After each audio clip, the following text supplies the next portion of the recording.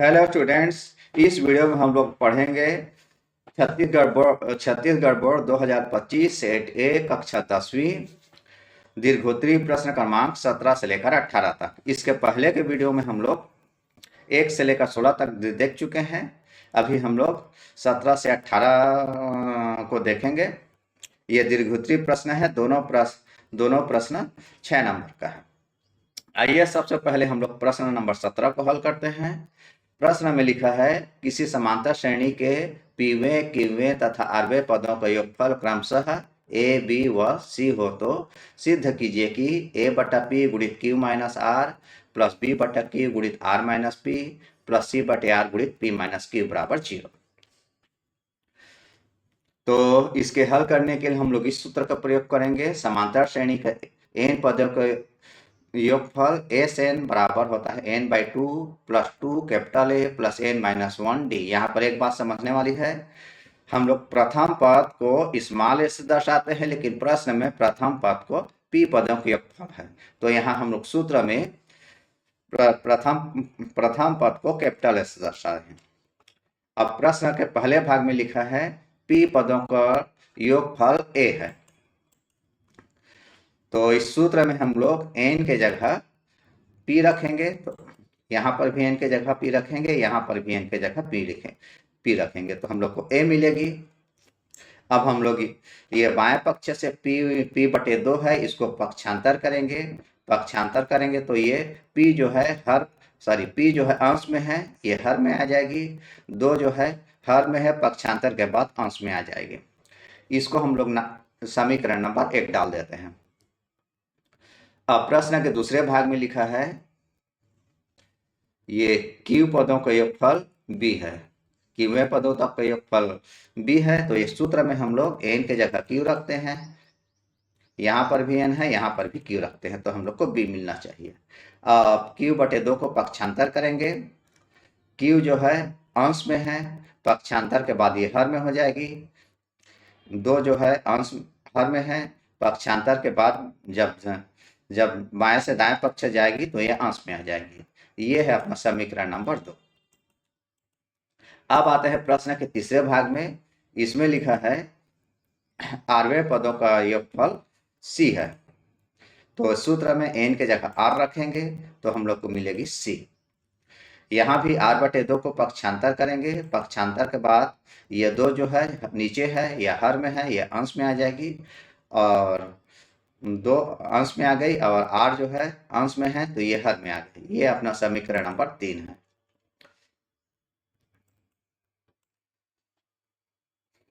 अब हम लोग समीकरण नंबर 1 से समीकरण नंबर 2 को घटाते हैं। समीकरण 1 के बाएं पक्ष में है 2a plus P minus 1 D, इसको लिख लेते हैं। और इसके दाएं पक्ष में है 2a माइनस 2a बटे पी।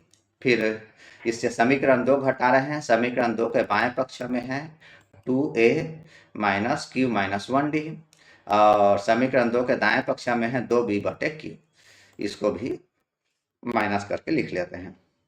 अब यहाँ पर 2a प्लस में है, माइनस में है, कैंसिल।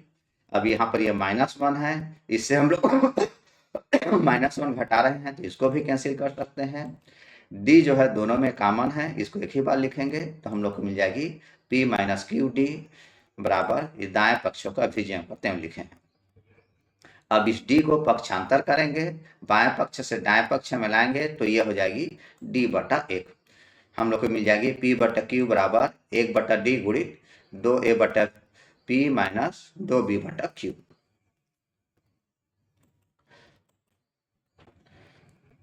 अब इसके दोनों पक्षों में हम लोग c बटे r का गुणा करेंगे।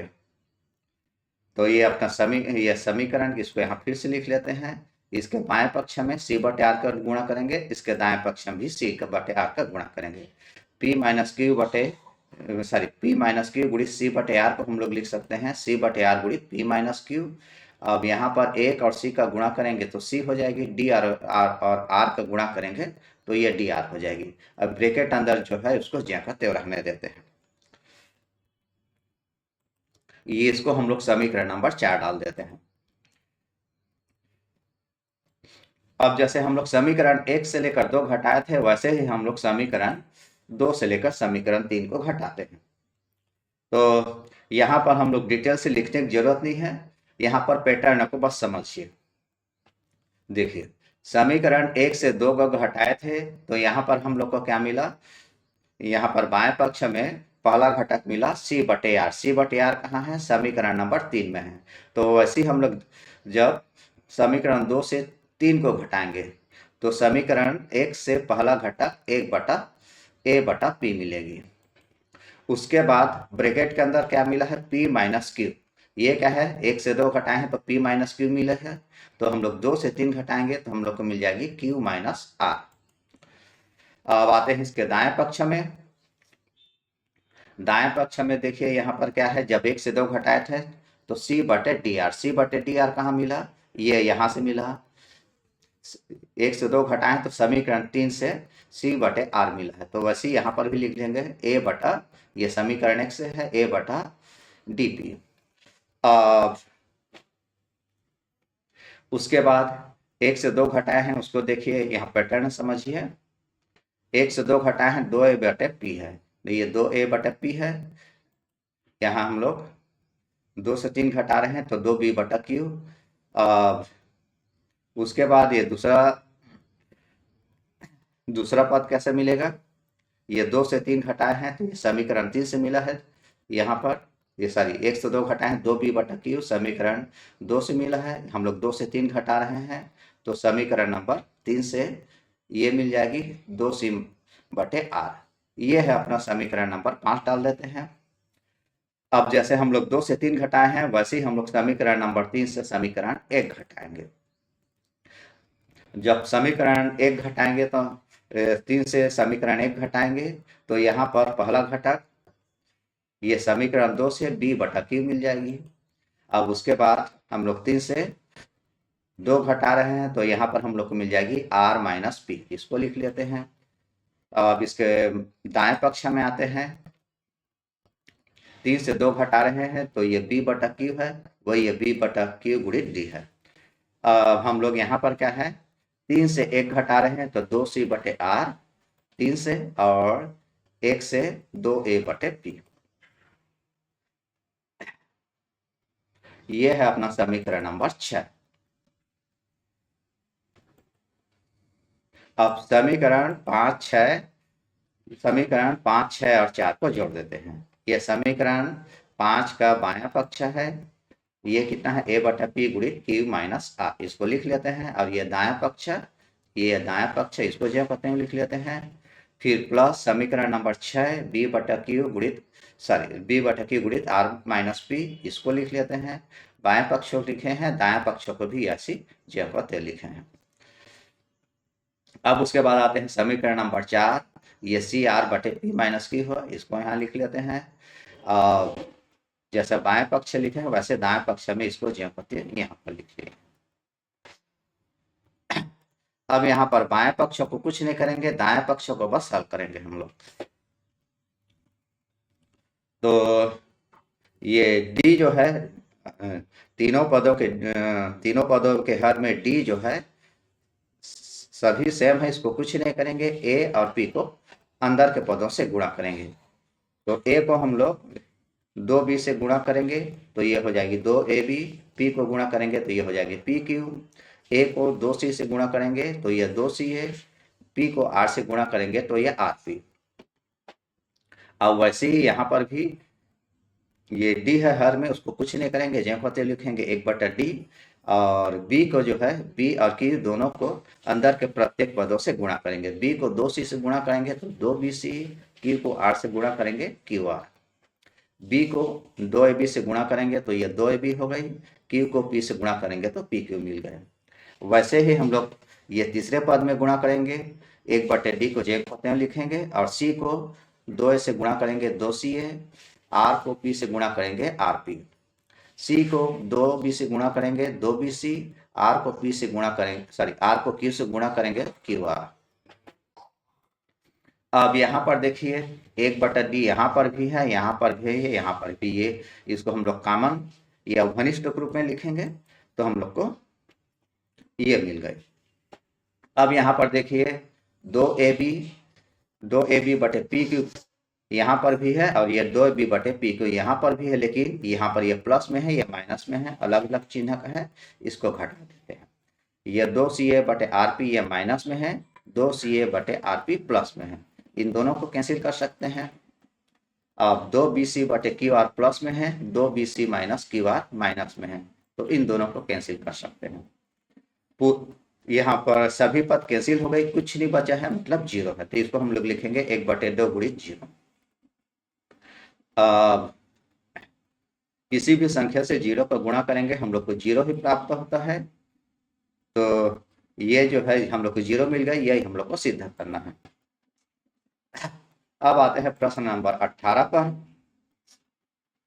प्रश्न नंबर 18 में लिखा है, सिद्ध कीजिए कि साइन 90 अंश माइनस थीटा गुणित कास 90 अंश माइनस थीटा बराबर टेन थीटा बटे 1 प्लस काट स्क्वायर 90 अंश माइनस थीटा। इसको हम लोग राइट हैंड साइड से सॉल्व करेंगे। राइट हैंड साइड में है टेन थीटा बटे 1 प्लस काट स्क्वायर थीटा, ये दाएं पक्ष है। अब यहाँ पर ये काट स्क्वायर 90 अंश माइनस थीटा, इसके लिए इस सूत्र का प्रयोग करेंगे, काट 90 अंश माइनस थीटा बराबर टेन थीटा, इसको पूरक सूत्र भी कहते हैं। तो यहाँ पर हम लोग काट स्क्वायर 90 अंश माइनस थीटा की जगह लिखेंगे टेन स्क्वायर थीटा। अब 1 प्लस टेन स्क्वायर थीटा को हम लोग लिख सकते हैं सेक स्क्वायर थीटा। अब अगले लाइन में आते हैं, इस टेन थीटा की जगह लिखेंगे साइन थीटा बटे कास थीटा, और सेक थीटा जो है कास का व्युत्क्रम होता है, तो इसको हम लोग लिखेंगे 1 बाई कास स्क्वायर थीटा। अब ये 1 बाई कास स्क्वायर थीटा यहाँ पर भाग हो रही है, तो इसको गुणा में बदलने के लिए हम लोग इसको पलट कर लिखेंगे, ये हो जाएगी कास स्क्वायर थीटा बटे 1। अब यहाँ पर कास स्क्वायर थीटा है, तो हाथ 2 है, तो इसको हम लोग कास थीटा गुणित कास थीटा 2 बार लिखेंगे।